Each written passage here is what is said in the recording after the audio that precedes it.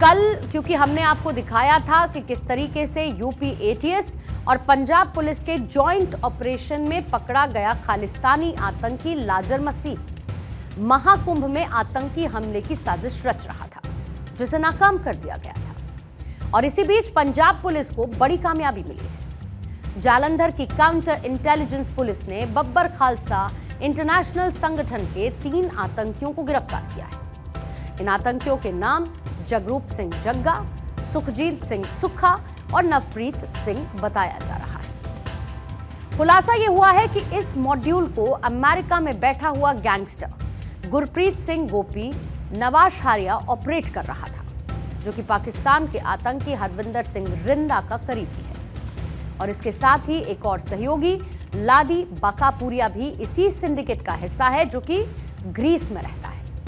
अब धीरे धीरे जेल में बंद आतंकी मसीह को लेकर चौंकाने वाले खुलासे भी हो रहे हैं। ग्रेनेड को कोड वर्ड में आलू कहा जाता था, यह पता चला पूछताछ में। खुफिया एजेंसीज को चकमा देने के लिए खालिस्तानी नेटवर्क में ग्रेनेड को आलू कोड दिया गया था।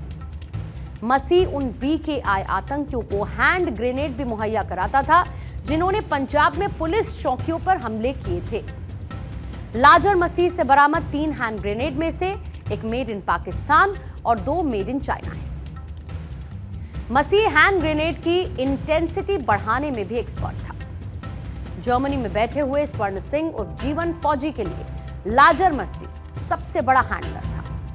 और महाकुंभ मेले में हमले के निर्देश पुर्तगाल और अमेरिका में बैठे हुए खालिस्तानी मॉड्यूल से मिल रहे थे। सारे इंस्ट्रक्शंस वहीं से आ रहे थे।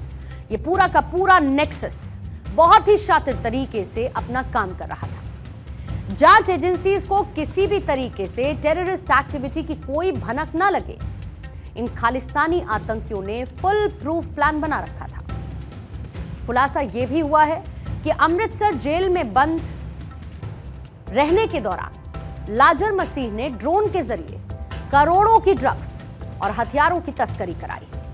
यानी कि जेल में रहते हुए भी वो एक बड़े ड्रग सिंडिकेट को ऑपरेट कर रहा था।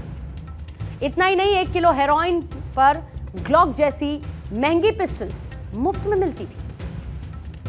भारत सरकार खालिस्तानी आतंकियों के पूरे नेक्सस को खत्म करने में जुटी है। हाल ही में ब्रिटेन में विदेश मंत्री एस जयशंकर की सुरक्षा में चूक का मामला सामने आया था। जयशंकर के रास्ते को खालिस्तान समर्थक प्रदर्शनकारियों ने रोका, जिसके बाद इस मामले को भारत सरकार ने बहुत गंभीरता से लिया और खालिस्तानी समर्थकों के भारतीय कनेक्शन को भी इसी के साथ खंगाला जा रहा है। भारत ने अलगाववादियों और चरमपंथियों के समूह को उकसावे वाली गतिविधियों की निंदा की। जिस तरीके से ब्रिटेन में खालिस्तान समर्थक फिर से एक्टिव हुए, वो भी एक गंभीर सवाल है। ऋषि सुनक के जाने के बाद खालिस्तान समर्थकों की निगरानी बंद होने से ब्रिटेन की निंदा हो रही है। दरअसल भारतवंशी ऋषि सुनक की कंजर्वेटिव सरकार ने खालिस्तानियों पर शिकंजा कसने के लिए कई ठोस कदम उठाए, कई फैसले लिए। लेकिन ब्रिटेन के नए पीएम कीर स्टारमर की लेबर सरकार की इमेज खालिस्तानी ग्रुप्स के प्रति एक सॉफ्ट अप्रोच रखने की है, एक नरम रुख अपनाने की है। सुनक ने जॉइंट एक्सट्रीमिस्ट टास्क फोर्स जिसकी शुरुआत की, जो अब सुस्त पड़ी नजर आती है, इनएक्टिव सी लगती है। चरमपंथियों की होने वाली निगरानी भी अब बंद हो चुकी है। एक रिपोर्ट में खालिस्तानी समर्थकों का भी जिक्र है, जिस पर कोई भी एक्शन नहीं लिया गया है।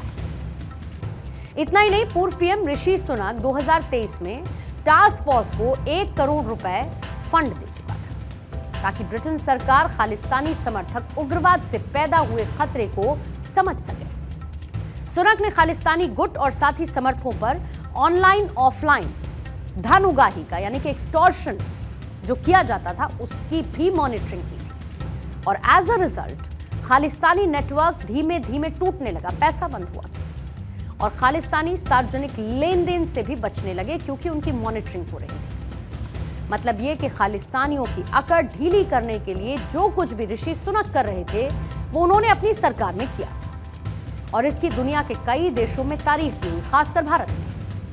सुनक जब ब्रिटेन के पीएम थे, तब उन्होंने सिख समुदाय के साथ सक्रिय रूप से मिलकर काम किया, ताकि गुरुद्वारों और धर्मार्थ संगठनों जैसे धार्मिक संगठनों का इस्तेमाल धन उगाही में ना हो, जिसके चलते कुछ गुरुद्वारों को जांच का भी सामना करना पड़ा। लेकिन मौजूदा कीर स्टारमर की लेबर सरकार सिखों के बीच उग्रवाद को लेकर ऐसी कोई चर्चा नहीं करा रही है। सुनक ने पीएम रहते हुए खालिस्तान को निशाने पर लिया था, अपनी पॉलिसीज और अपनी इंटेंशन दोनों साफ कर दी थी। सुनक ने प्रो खालिस्तानी एक्सट्रीमिज्म को लेकर क्या कहा था उस दौरान, वो भी आप सुन लीजिएगा। And that's why we are working very closely with the Indian government to particularly tackle PKE, pro-Khalistan extremism. I don't think it's right. Our security minister recently was just in India talking to his counterparts. We have working groups together to share intelligence and information so that we can root out this kind of violent extremism. It's not right, and I won't tolerate it in the UK. खालिस्तानियों को लेकर जो रवैया आज Britain के PM Keir Starmer का है, वैसा ही रवैया जस्टिन ट्रूडो का रहा।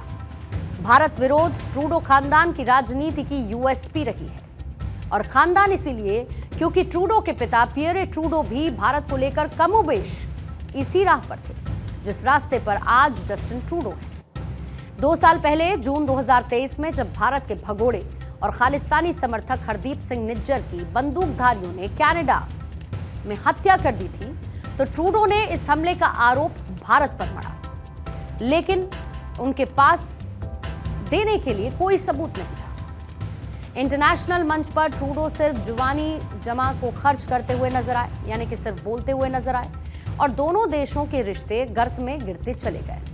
खालिस्तानियों का खुलकर सपोर्ट करने वाले ट्रूडो का चेहरा, चाल और चरित्र दुनिया में एक्सपोज हो चुका है, और भारत भी इसे बखूबी समझता है, और भारत ने उसका जवाब भी वैसे ही दिया है।